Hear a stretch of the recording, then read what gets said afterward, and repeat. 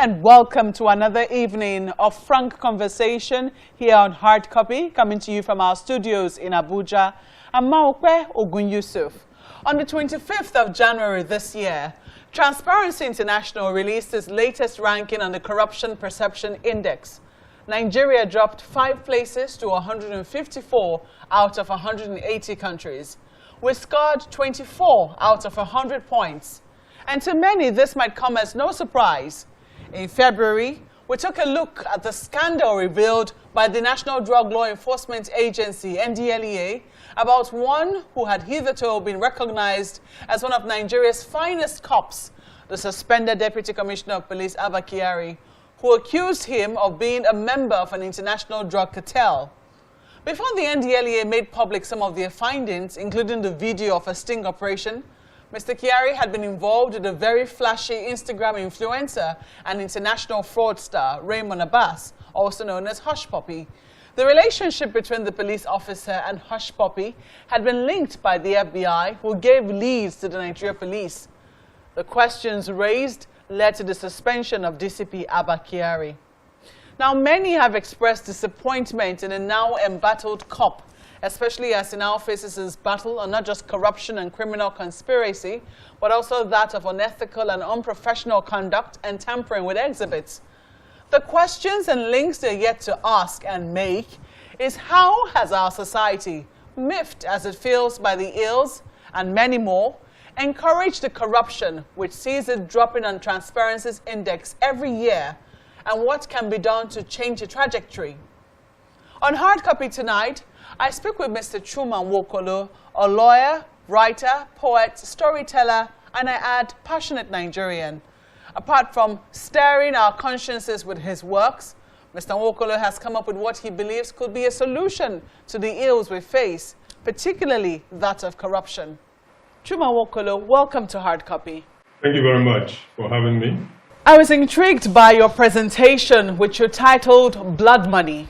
It draws a link between ritual murderers and what I'd like to term political ritual murderers. I don't know how far this work has gone, and if you've received any reactions from your publics about this work. Yeah, so far the reaction has been quite visceral. It's been viewed a few thousand times, and I think it's struck a chord because we've always known that there is a link between blood money on the street and blood money in high places, but I think it only makes it very striking when you draw that reference in the course of a 20-minute video. So have you received any backlash, any surprises or ahs, or I don't know, what precisely were you hoping to achieve with that work?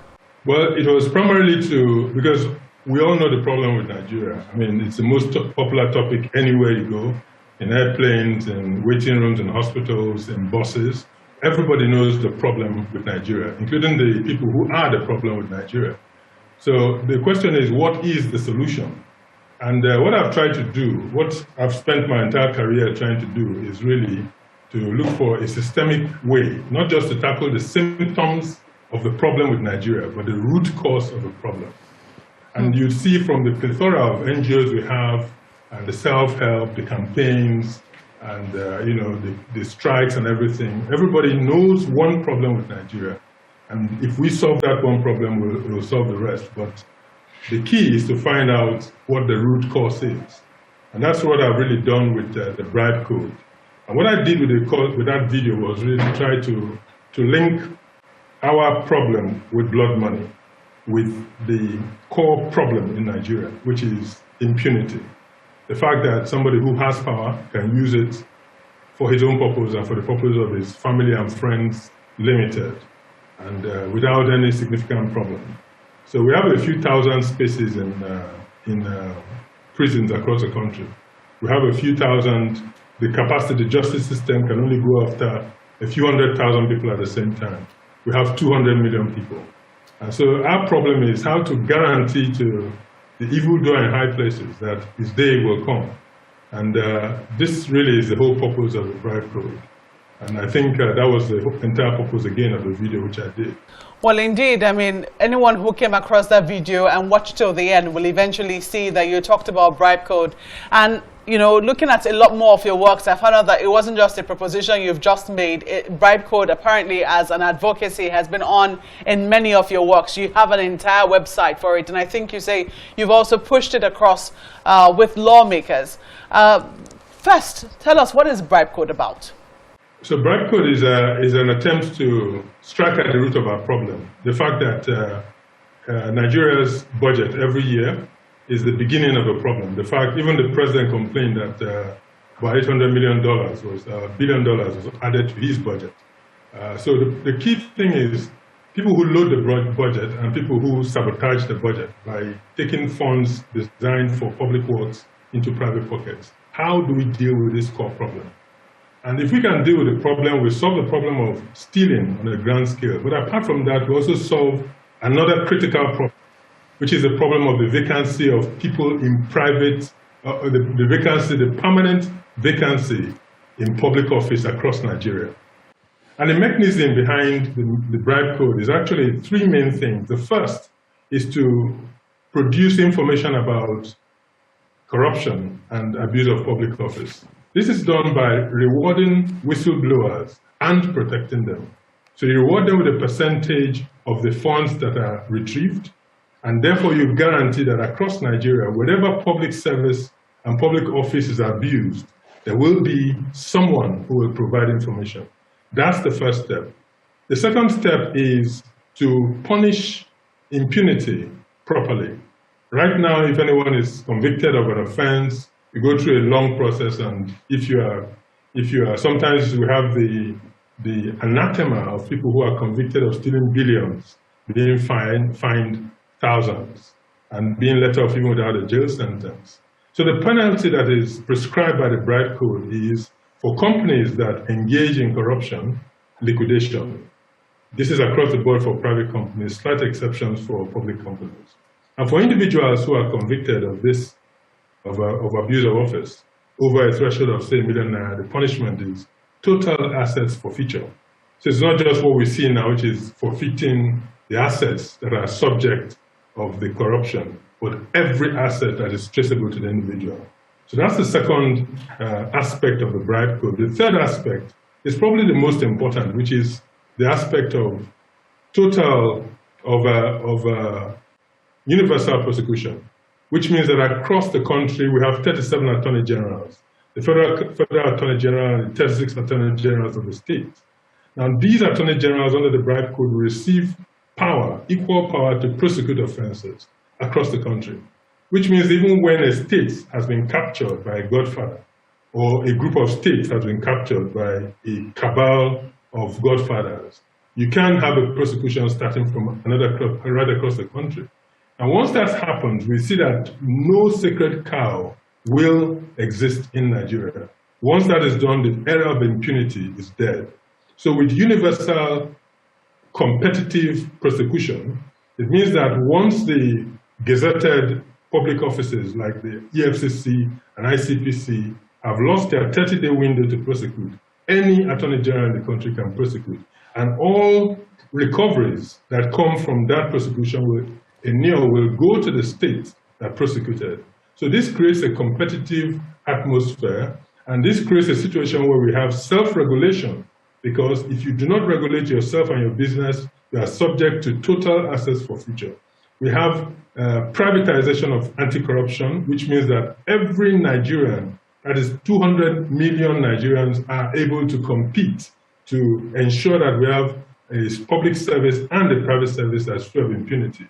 And thirdly, we have competitive public prosecution, which means that there is something in it for the state that pursues corruption, anti-corruption measures. So that in a nutshell is what Bribe Code is all about. I said the method which you propose in this instance reminds me of the allegory, the story of the rats and the cat.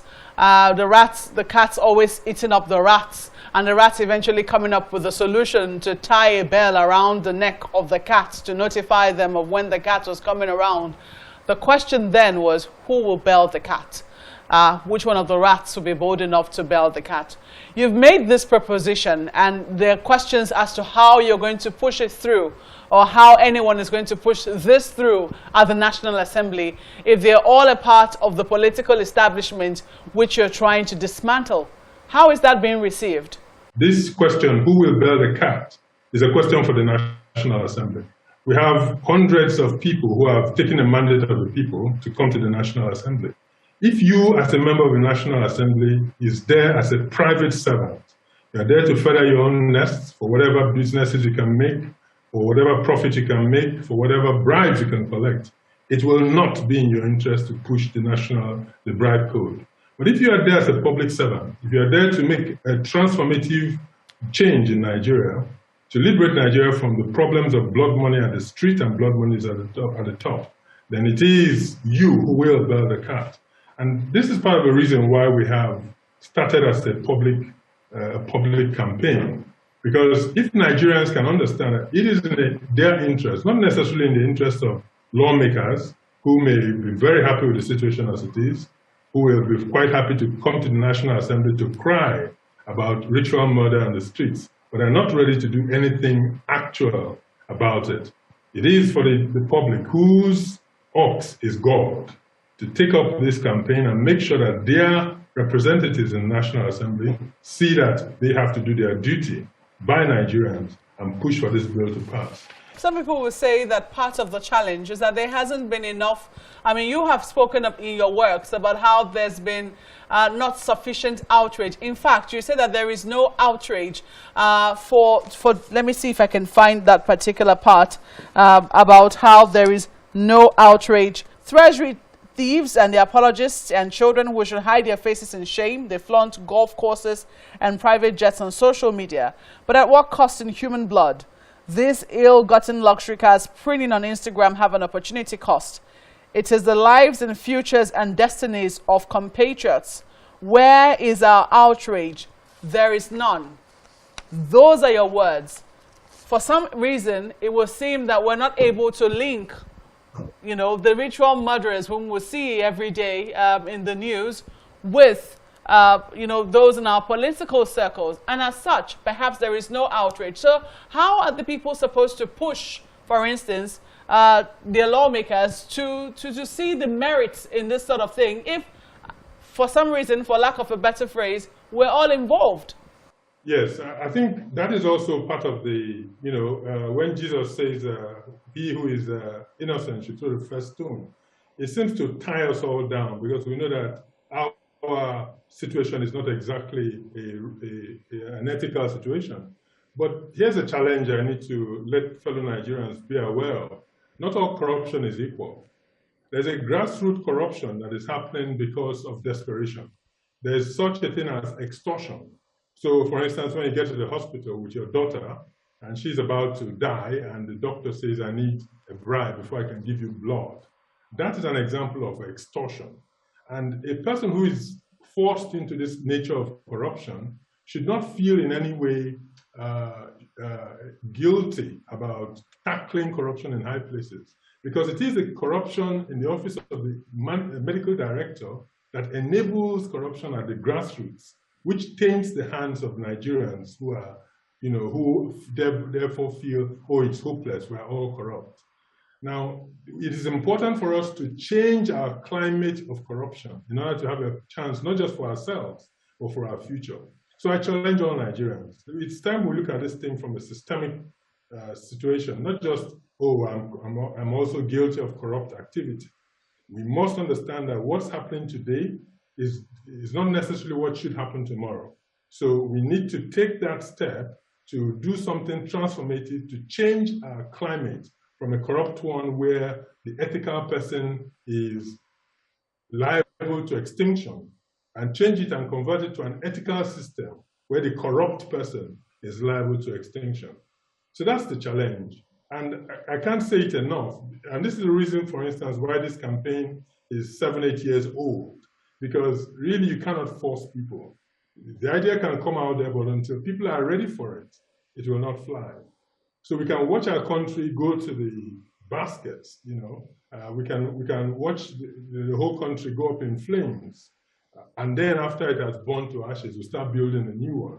Or we can do something now and save lives and livelihoods. But Bribe Code is not foolproof.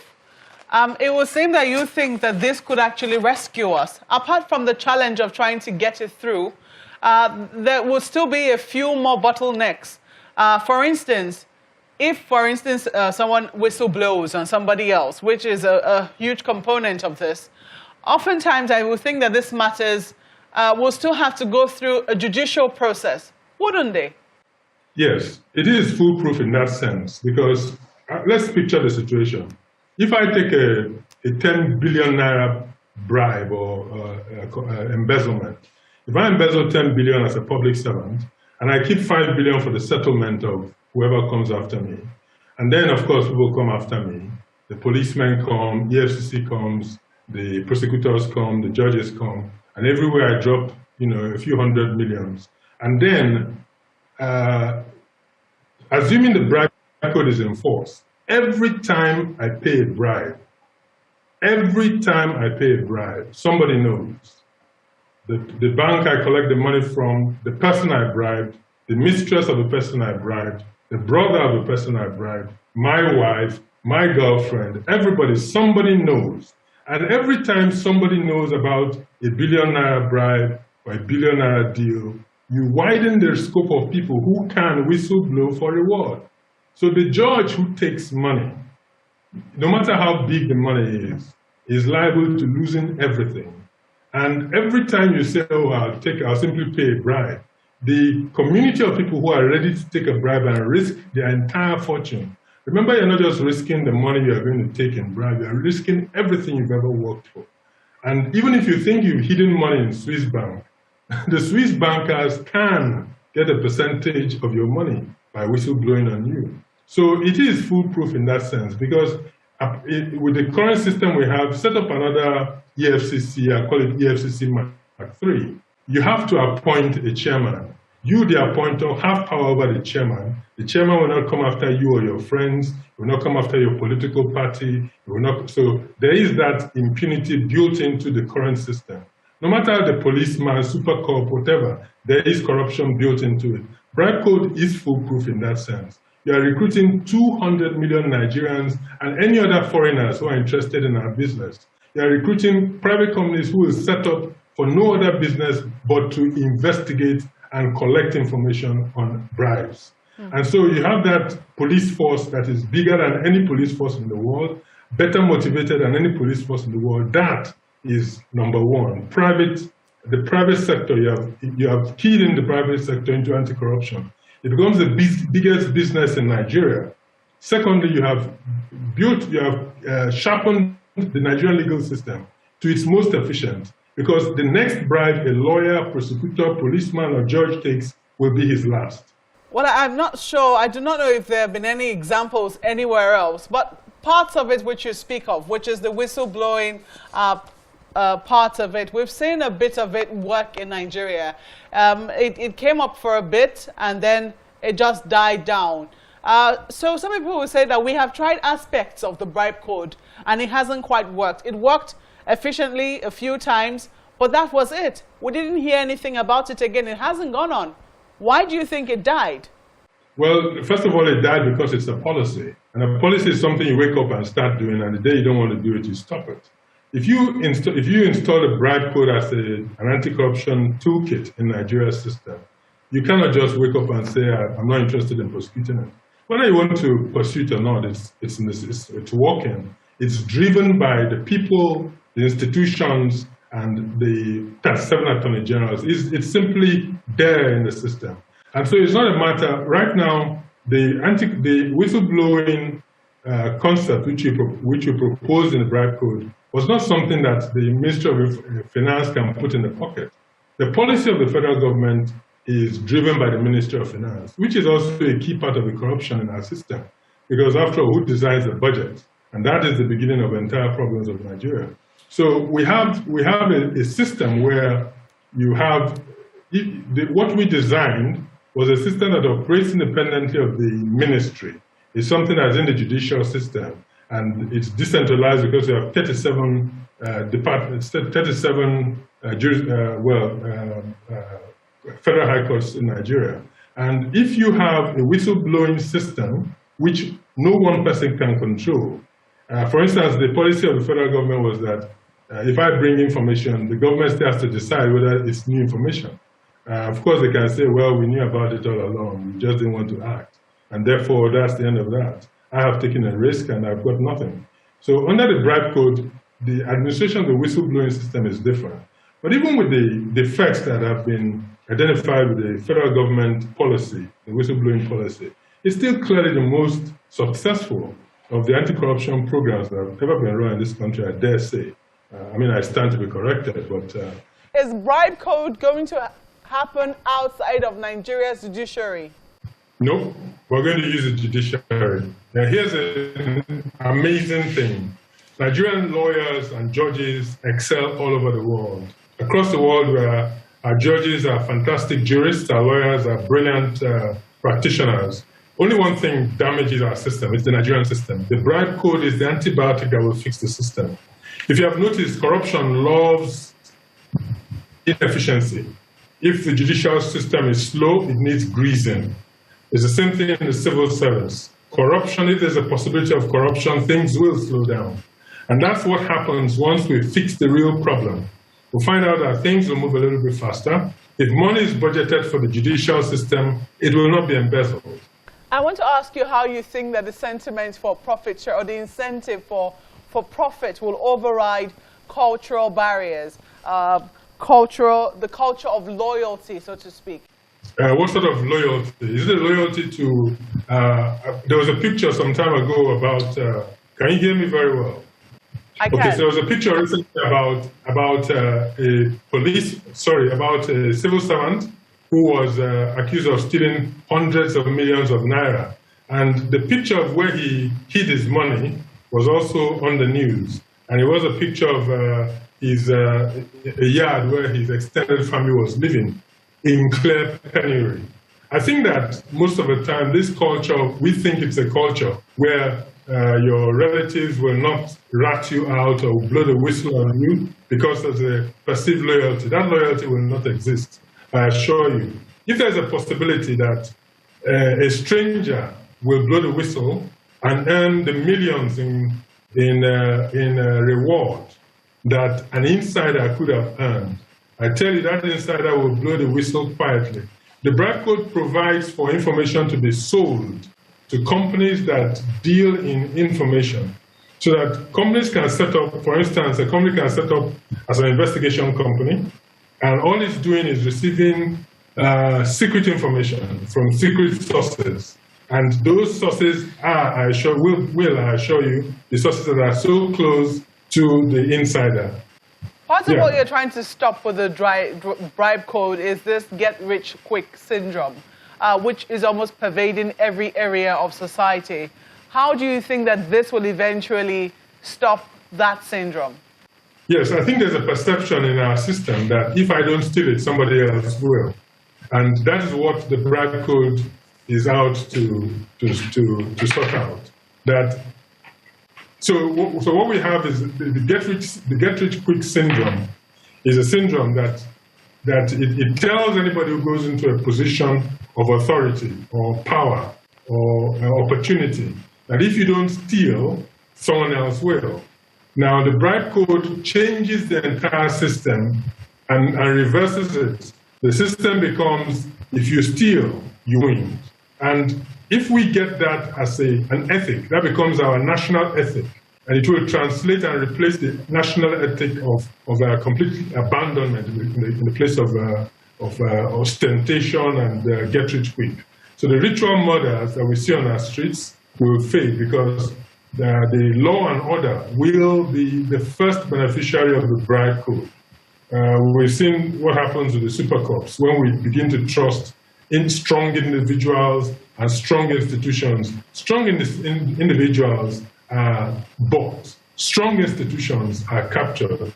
But if we create a system where every Nigerian becomes the whistleblower and every Attorney General and every Minister of Justice becomes a prosecutor, we have transformed our country and created a system whereby the ritual murders, the get rich quick, all of these will fade away.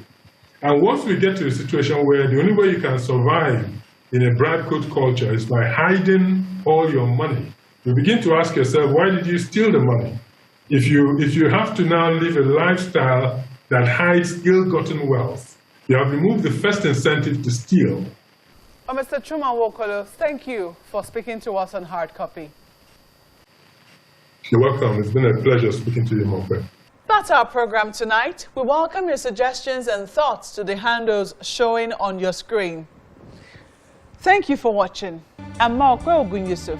Good night.